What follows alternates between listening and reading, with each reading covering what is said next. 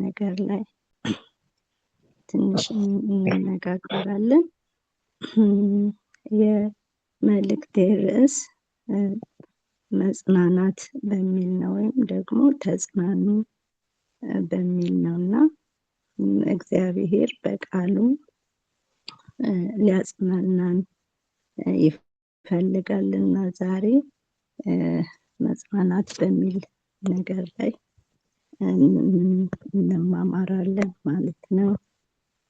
በትንቢተ ኢሳይያስ ምዕራፍ 40 ላይ ምን ይላል?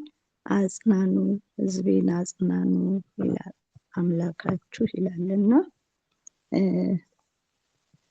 እግዚአብሔር ዛሬ በምን መንገድ ሊያጽናናን እንደፈለገ በቃሉ ለእኛ መጽናናት ያስፈልገናል። ስለሚያስፈልገን መሰለኝ እግዚአብሔር ይህን ነበር በልቤ ማስቀመጥ የፈለገው። አገልግሎት እንደማገለግል ከተሰጠኝ ሰዓት ጀምሮ በምን እንደማገለግል በእግዚአብሔር ፊት ሲሆን ስለ መጽናናት ነው ውስጥ የሚመጣውና በምንድን ነው እኛ በምንድን ነው የምንጽናናው፣ ወይም ሰዎችንስ በምንድን ነው የምናጽናናው ብዬ አስብ ነበርና በየእግዚአብሔር ቃል ምን ይላል? በሁለተኛ ጴጥሮስ ላይ እኛ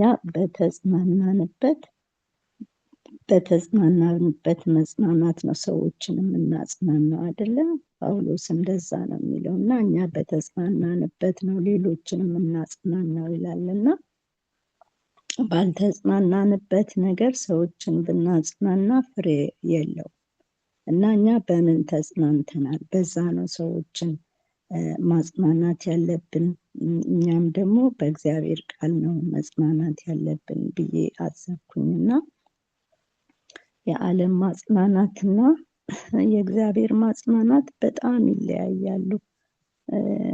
ለምሳሌ አንዳንድ ሰዎችን ለማጽናናት ያ ሰው እንዲጽናና እነሱ ባልተጽናኑበት ነገር ነው ሰዎችን ማጽናናት የሚፈልጉት፣ ያ ሰው የሚጽናና ስለሚመስላቸው ማለት ነው። እና ያ ደግሞ ከንቱ ማጽናናት ነው። ሰዎቹ ላይጽናኑበትም ይችላሉ። ይሄ የእግዚአብሔር ቃል ግን በጣም ያጽናናል እና ከነዚህ ውስጥ እንደ ምሳሌ እግዚአብሔር በውስጤ የሚያስቀምጠው ስለ ሙሴ ታሪክ ነው እና ዘዳግም 32ን እግዚአብሔር በውስጤ ያስቀምጣልና ሙሴ እንደምናውቀው በጣም የሚገርመኝ ሰው ነው እና በዘዳግም ምዕራፍ 32ኛው ምዕራፍ ላይ እግዚአብሔር ምን ይለዋል? አንተም ሂድና አሮን እንደሞተው ወንድምህ አሮን በሆራ ተራራ እንደሞተ ወደ ወገኖቹም እንደተከማቸ በወጣበት ተራራ ሞት፣ ወደ ወገኖችም ተከማች ብሎ እግዚአብሔር ሲለው እናያለን። እና ይሄን ነገር ከሰማ በኋላ ነገ እንደሚሞት እያወቀ ግን ሙሴ የእስራኤልን ሕዝብ ሲያጽናና እናያለን። የእስራኤልን ሕዝብ ሲያጽናና እናያለን እና ከፊታቸው እግዚአብሔር በእነሱ ሕይወት ብርቱ የሆነ ዓላማ እንዳለው፣ ከፊታቸው የከበረ ነገር እንዳለ እያለ ያጽናናቸዋል። በተለይ ደግሞ 26ኛው ቁጥር ላይ ምዕራፍ 33 ይሽሩን ሆይ በሰማያት ላይ ለረድኤት በደመናትም ላይ በታላቅነት እንደሚሄድ እንደ እግዚአብሔር ያለ ማንም የለም። መኖሪያ የዘላለም አምላክ ነው፣ የዘላለም ክንዶች ከአንተ በታች ናቸው እያለ ይናገራል። ይሄ ሰው ሂድና ሞት የተባለ ሰው ነው። በቃ ከነዓንን ታያታለህ እንጂ አትወርሳትም። ስለዚህ ያንተ ጊዜ አብቅቷልና አሁን እዛ ሄደህ ትሞታለህ ወደ ከነዓን አትገባም። ይሄ ሰው እስራኤላውያንን 40 ዓመት ሲጓዝ የነበረ ይዟቸው እየመራ በብዙ መከራ ውስጥ ያለፈ ሰው ነው። ግን ይህ ነገር ሲነገረው ምን ነበረ ማለት የነበረበት? በጣም ማዘን፣ በጣም ከእግዚአብሔር ጋር መጣላት ያለበት ሰው ነው ነበረ ብለን ነው በስጋ ስናስበው ማለት ነው። ይህ ሰው ግን ገና ከፈርዖን ቤት ሲወጣ ዋጋ ተመኖ ነው የወጣው። ብድራቱን ትኩር ብሎ ተመልክቷል ነው የሚለው ቃሉና ከፈርዖን ቤት ሲወጣ እግዚአብሔር ራሱ በቃ ወደ ከነዓን ትገባላችሁ ሲለው ሙሴ ከነዓንን አልነበረም የሚያው፣ ከከነዓን ያለፈ እይታ ነበረው።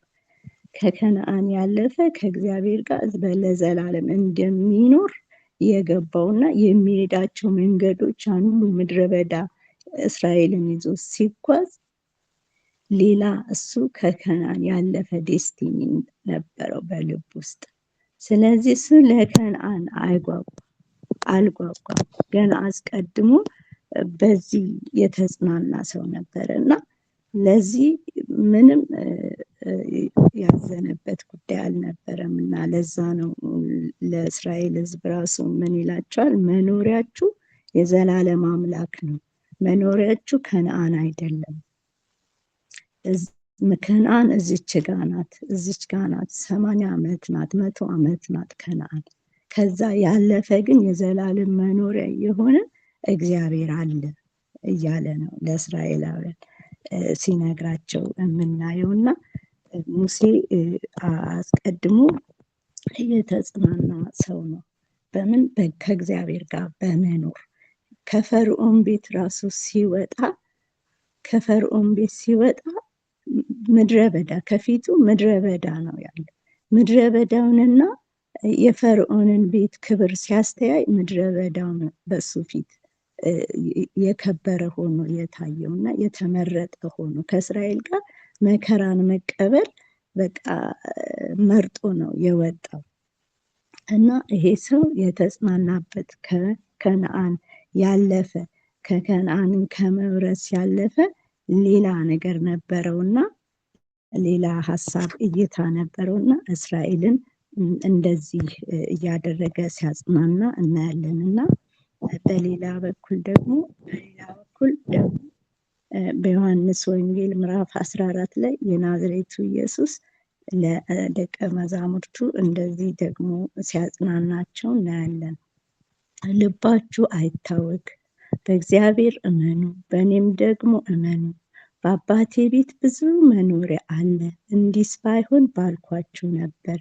ስፍራ አዘጋጅላችሁ ዘንድ እሄዳለሁና እያለ ይላቸዋል ጌታ ኢየሱስ። ልባችሁ አይታወክ፣ አይዟችሁ፣ በእግዚአብሔር እመኑ፣ በእኔ እመኑ ብሏቸው፣ ግን እሱ ምንድነው ምን ማለት ነበረበት? ሰውን የሚያጽናናው የሚመስለን እኛ ለእናንተ በምድር ላይ ብዙ ቤቶችን፣ ብዙ ከብቶችን፣ ብዙ እህል፣ ብዙ ልጆችን አይደለም ያለው። በእኔ ዘንድ በአባቴ ቤት ብዙ መኖሪያ አለ። ይሄ የማጽናኛ መንገድ፣ ይሄ ኢየሱስ ክርስቶስ እኛን የሚያጽናናበት ሰው በዚህ ሊጽናና ይገባል እና አይዟችሁ፣ ልባችሁ አይታወክ። ልባችሁን የሚያውክ የሚያስጨንቃችሁ ብዙ ነገር እንዳለ አውቃለሁ። ነገር ግን ከዚህ ነገር ውስጥ ሊፍታፕ የሚያደርጋቸው ሰዎችን ምንድን ነው ብሎ ነው ጌታ ኢየሱስ የተናገረው? በአባቴ ቤት ብዙ መኖሪያ አለ።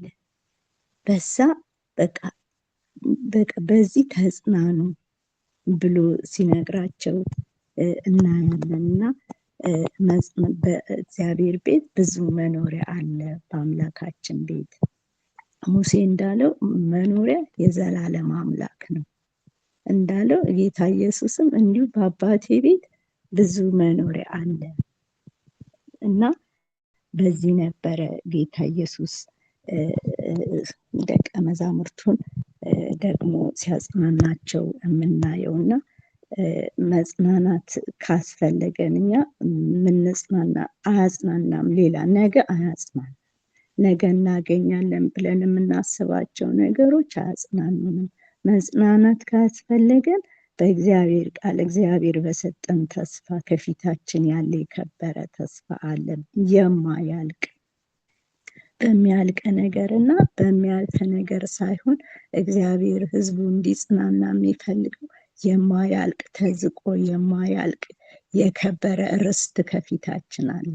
በዛ ነው እንድንጽናና የሚያስፈልገን እና አንድ ደግሞ እኔ በጣም ሁልጊዜ የመጽናናበት ደግሞ ቃል አለ።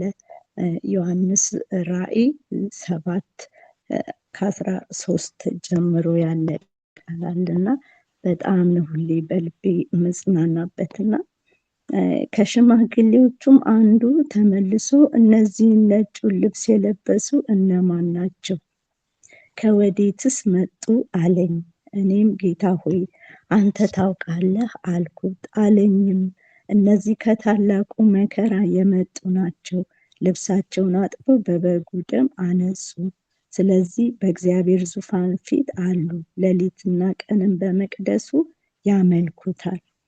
በዙፋኑም ላይ የተቀመጠው በእነርሱ ላይ ያድርባቸዋል። ከእንግዲህ ወዲህ አይራቡም፣ ከእንግዲህ ወዲህ አይጠሙም፣ ወይ ፀሐይ ትኩሳት ሁሉ ከቶ አይወርድባቸውም። በዙፋኑ መካከል ያለው በጉ እረኛቸው ይሆናልና ወደ ሕይወትም ውሃ ምንጭ ይመራቸዋልና እግዚአብሔርም እንባዎችን ሁሉ ከዓይናቸው ያብሳል ይላል። ኢየሱስ ጌታ ነው እና ይሄ ቃል በጣም ነው የሚያጽናናኝ እና ምንድነው እነዚህ አለ ከታላቁ መከራ ነው የመጡት። ለዮሐንስ ከሽማግሌዎቹ አንዱ ምን ይለዋል? ለዮሐንስ እነዚህ ነጩን ልብስ ለብሰው በእግዚአብሔር ፊት ያሉት ከታላቅ መከራ ነው የመጡት። ከታላቅ መከራ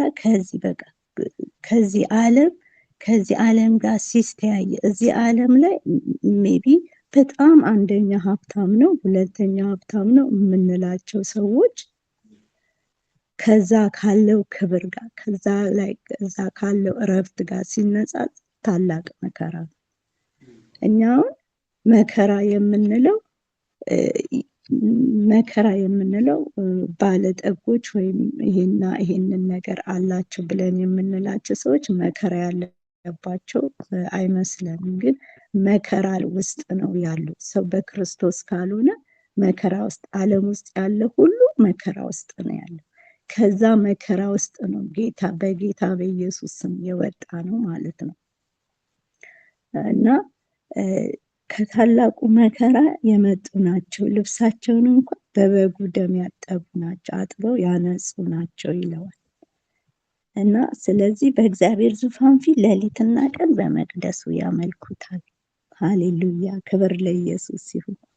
ከታላቅ መከራ በክርስቶስ ኢየሱስ ተጠርተናል እና ከእንግዲህ ወዲህ አይራቡም፣ አይጠሙም። በዛ ስፍራ ላይ ወገኖቼ መራብ የለም፣ መጠማት የለም።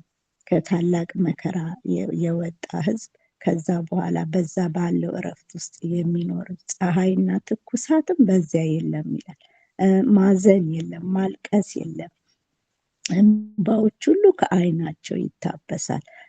ሴንሱ ራሱ የለም። የሐዘኑ ፊሊንጉ ራሱ እንዘን ብለን ፈልገን አናገኘው። ማዘን የለም፣ ማልቀስ የለም። ሃሌሉያ!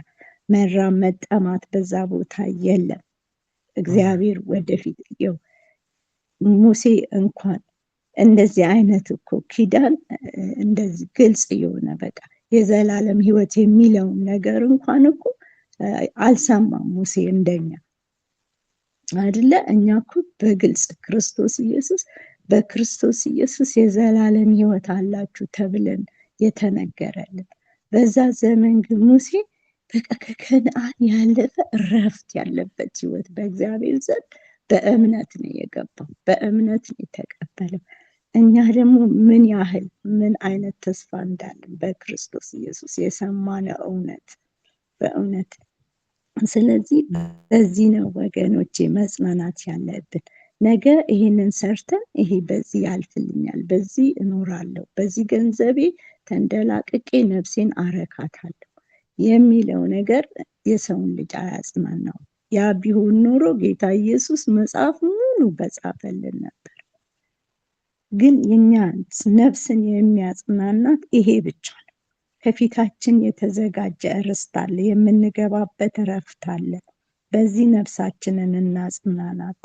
መጽናናት ካለብን ሐዘን ወደሌለበት፣ እንባ ወደሚታበስበት፣ መከራ ወደሌለበት በዛ በዙፋኑ ፊት ወደምናመልክበት፣ በዙፋኑ ፊት ቅዱስ ቅዱስ ወደምንልበት ወደዛ ዓለም እንደምንገባ በማመን መጽናናት አለብን። ነፍሳችንን በዚህ ማጽናናት አለብን። ሃሌሉያ! ክብር ለኢየሱስ ይሁን።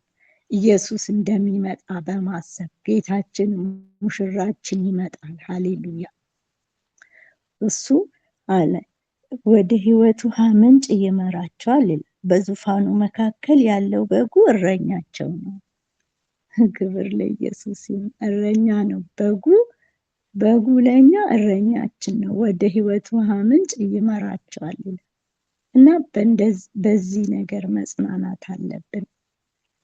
ነፍሳችን በዚህ ካላረፈች፣ ነፍሳችን በዚህ ካልተጽናናች የትኛውም የዓለም ሹሩሩ ሊያጽናናን አይችልም። ሰዎች የትኛውንም ሺህ ቃል ቢደረድሩልን መጽናናት አንችልም። ነገ የምናስበው ተስፋ የምናደርገው ነገር ካለም እሱ ሊያጽናናን አይችልም። ተስፋችን ግን ኢየሱስ ነው። የምንጽናናው በሚመጣው በሙሽራችን ነው። ይሄ ነበረ እና በልቤ ውስጥ ያለው አጭር ቃል። በዚህ ተጽናኑ ወገኖቼ። በአባታችን ዘንድ ብዙ መኖሪያ አለ እና መኖሪያችን ደግሞ የዘላለም አምላክ ነው። መኖሪያችን ኢትዮጵያ አይደለችም። መኖሪያ ሳውዝ አፍሪካ አይደለም። መኖሪያ ያለን ገንዘብ አይደለም። ሃሌሉያ! ኢየሱስ ያድናል። እግዚአብሔር የዘላለም መኖሪያ ነው። ጌታ ኢየሱስ የዘላለም መኖሪያ ነው። እኔ ሄዳለሁ በዛ መኖሪያ አዘጋጅላችኋለሁ ያለ ጌታ ኢየሱስ ወገኖቼ፣ በዚህ መጽናናት አለብን። ነፍሳችሁን በዚህ አባብሏት፣ ነፍሳችሁን በዚህ አጽናኗት። መኖሪያ አለ፣ መኖሪያ አለ። ሃሌሉያ! ክብር ለኢየሱስ ይሁን። የናዝሬቱ ኢየሱስ እናመሰግናለን። ያለፋንበትን ምንም ያልከፈንበት መኖሪያ፣ የምናርፍበት መኖሪያ፣ የማናለቅስበት መኖሪያ፣ የማናዝንበት መኖሪያ ከፊታችን ስላለ እግዚአብሔር ሆይ እናመሰግናለን። ሕዝቤን አጽናኑ እንዳልክ ሕዝብ በቃልህ ይጽናና። በእውነት በተስፋ ይጽናና። በተስፋ ሕዝብ ደስ ይበለው ጌታ ሆይ። በተዘጋጀው ርስት፣ ከፊታችን ባለው ርስት ሃሌሉያ፣ ሕዝብ መጽናናት፣ ቤተ ክርስቲያን በዚህ ተጽናና። ሃሌሉያ ሊሃነማ ዜክሬ ቤተ ክርስቲያን ለምድር እንዳትጓጓ፣ ቤተ ክርስቲያን በምድር ላይ ላለ ነገር እንዳትጓጓ በኢየሱስ ስም ጉጉት ከቤተ ክርስቲያን ውስጥ ዓለማዊ ጉጉት ይውጣ። እግዚአብሔር ማጽናናት ወደ ቤተ ክርስቲያን ይምጣ። ሃሌሉያ! እግዚአብሔር የዘላለም አምላክ ሕዝብህ በቃልህ በእውነት በሆነው በማይታጠፈው ቃልህ በማይጠፋው ቃልህ እውነት በሆነው ቃልህ ሕዝብ እንዲጽናና ነው የጸለይኩ ጌታ። ሃሌሉያ! መንፈስ ቅዱስ እናመሰግንሃለን። ስም ለዘላለም ይባረክ። ሃሌሉያ! በዚህ ጉዳይ ላይ ይድኔ ጸልይልንና